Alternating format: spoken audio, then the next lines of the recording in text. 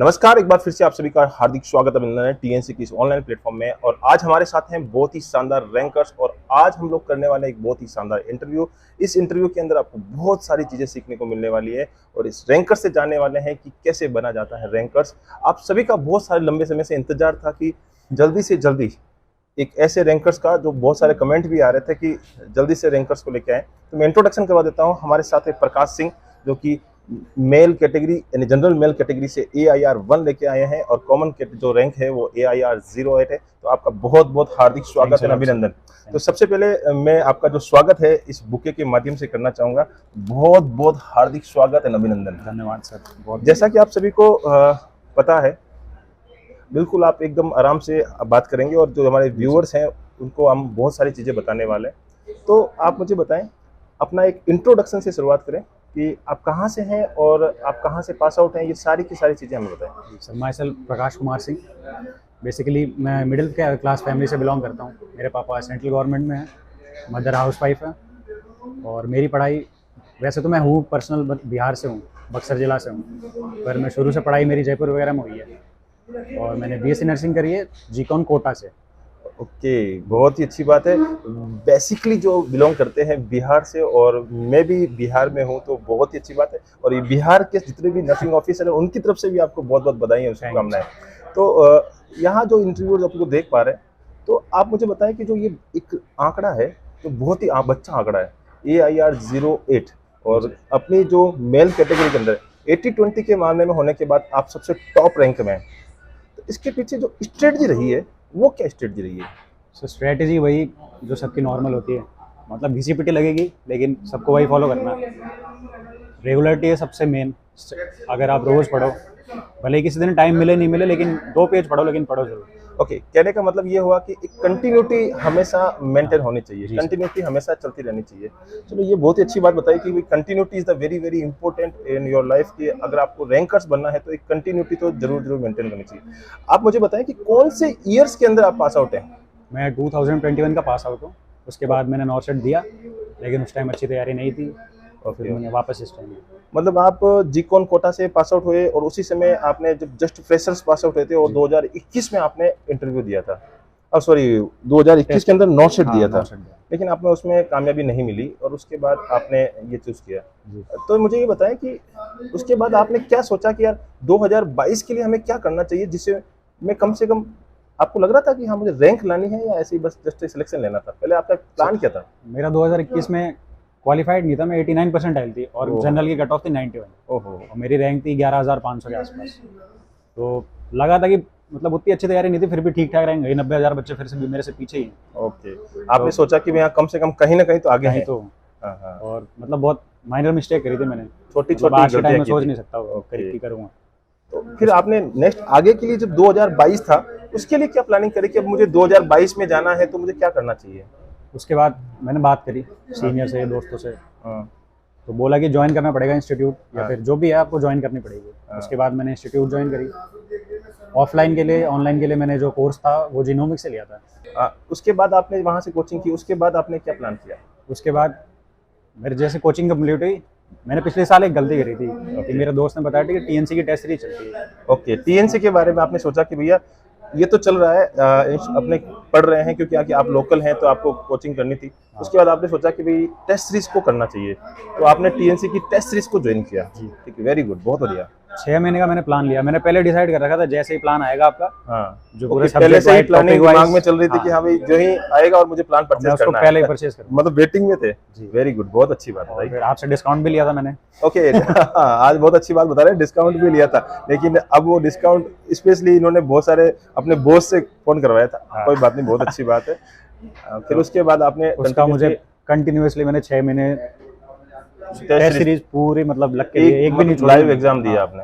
भले लास्ट के टाइम एक दिन नहीं छोड़ी, एक दिन छोड़ा होगा मैंने बस। उसके एक ही दिन उन्होंने, बहुत ही शानदार बात बताई, सिर्फ ओनली फॉर 1 डे इन्होंने टेस्ट सीरीज को छोड़ा है, बाकी हमेशा लाइव दिया करते थे। एक चीज ये जानना चाहते हैं कि बहुत सारे बच्चों के ये भी रहते हैं कि सर मेरी टेस्ट सीरीज के अंदर रैंक नहीं आती है, तो आप उन बच्चों को क्या कहना चाहते हैं कि जैसे आपने भी एग्जाम दिए होंगे तो कई बार आपकी भी रैंक नहीं आई होगी, तो उसके अंदर क्या कहना चाहेंगे कि आप उन बच्चों को कि रैंक आपकी पहली बार में जब आप एग्जाम दिया करते थे, या आपकी एवरेज रैंक क्या रहा करती थी TNC? जब मैंने पहला टेस्ट दिया था अब टेस्ट सीरीज का इसका अपना टीएनसी का पहला टेस्ट, हाँ। उसमें मेरी रैंक थी 4000, बच्चे थे 4500, मेरी रैंक थी 1500। ओहो, 4000 के अंदर 1500 भी रैंक थी। हाँ। तो बहुत अच्छी बात है। फिर उसके बाद आपको लगा कि यार नहीं, इसमें तो सिलेक्शन नहीं होगा। हाँ, मुझे लगा कि यार पहली बार में लगा कि सिलेक्शन ये इसमें तो नहीं क्या होना होगा? भाई, ये जनरल पिछली बार ऐसा हुआ था, अब की बार भी ऐसा नहीं हो जाए, उल्टा नहीं हो जाए। 4000 बच्चों उसमें 1500 आ रही है। हम्म। फिर मैं सोचा चलो धीरे धीरे करते हैं ट्राई, पहला टेस्ट सीरीज है, हाँ। पहली बार टेस्ट दे रहा हूँ। ओके, फिर आपका जब हमेशा टेस्ट देते थे तो कितनी रैंक तक पहुंच गए थे? लास्ट के टाइम तो मतलब लास्ट के महीने में आता रहता था, टॉप 30 टॉप 50 में रहता था। बहुत ही अच्छी बातें बताई और बहुत शानदार बातें बताई है।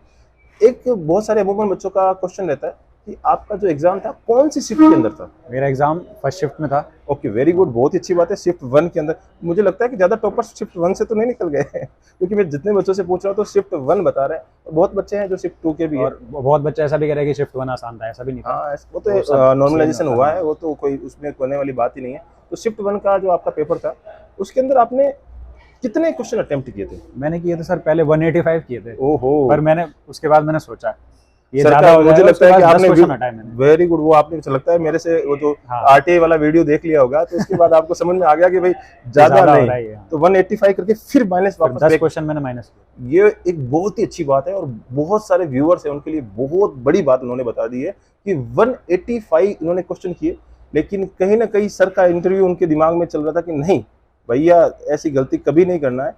वापस उन्होंने 10 क्वेश्चन को हटा दिया और 175 तक पहुंचे, और आपके सामने है रैंक जो कि बहुत ही शानदार रैंक रही है। एक क्वेश्चन फिर से, ये इंटरव्यू आने वाले जो फ्यूचर नर्सिंग ऑफिसर्स की फायदे के लिए लिया जा रहा है कि भाई उनको आपसे बहुत बड़ा फायदा मिले, जैसा कि आपने स्ट्रगल देखा है, उनको भी बहुत बड़ा एक बेनिफिट मिले। तो ये बताएं कि आपने कौन कौन सी बुक्स की मदद ली थी? टीएनसी की मदद आपके साथ थी, आपकी कोचिंग की आपकी मदद साथ में थी जी। और उसके साथ साथ आपके जो बुक्स कौन कौन सी थी उनके बारे में बताएं। बुक सर बेसिकली वही थी, अब मैंने नोट्स वगैरह शुरू से अच्छे बना रखे थे। ओके, नोट्स हर बिल्कुल एकदम अच्छे से बच्चा बनाता है। सबसे most important notes test series, ये तो जरूरी है।